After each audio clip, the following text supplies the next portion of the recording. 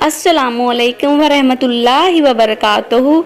अगर कोई शख्स किसी परेशानी या मुसीबत में मुब्तला हो गया हो तो उसको चाहिए कि हफ्ते में 3 दिन, हफ्ते में 3 दिन आपने ये अमल करना है। बुध, जुमरात और जुम्मा को नमाज फजर के बाद अव्वल व आखिर 11-11 बार दुरूद शरीफ पढ़ना है और दरमियान में 41 बार सूरत फातिहा पढ़नी है और दुआ करनी है। इंशाअल्लाह ताला आप जल्द ही परेशानी से निजात पालेंगे और आपकी परेशानी ख़त्म हो जाएगी।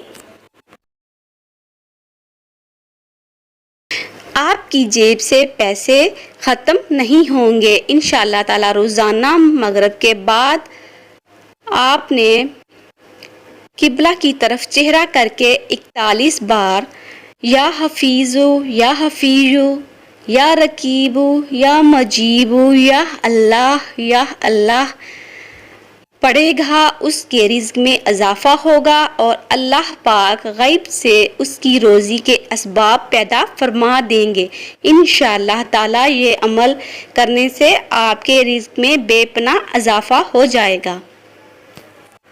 रिज़्क़ की फरमानी और औलाद की ताबेदारी गारंटी के साथ। बच्चों के बदतमीज़ी का सबब अक्सर उनके वालिदैन के गुनाह होते हैं।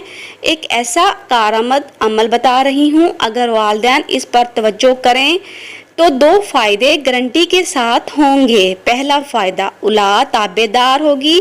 नंबर 2, रिज़्क़ में फरमानी होगी।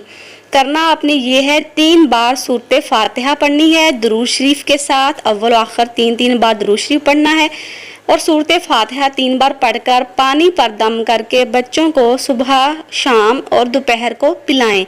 इंशाअल्लाह ये अमल करने से आपके दोनों मसले हल हो जाएंगे। ये अमल अपनी ज़िंदगी का मामूल बना लें, आपकी ज़िंदगी सुख से भरी हो जाएगी, आपको कोई परेशानी नहीं रहेगी इंशाअल्लाह ताला। ये अमल बहुत मौसर है और आजमाया हुआ है, तो ये अमल आपने अपनी ज़िंदगी का मामूल बना लेना है। उम्मीद करती हूँ आपको मेरी ये आज की वीडियो पसंद आई होगी। अगर पसंद आई हो तो चैनल को सब्सक्राइब और वीडियो को लाइक लाजमी से करिएगा। मेरे इस चैनल पे आपको बहुत ही इंफॉर्मेटिव और नॉलेज से भरपूर वीडियो रोज़ाना मिलती हैं।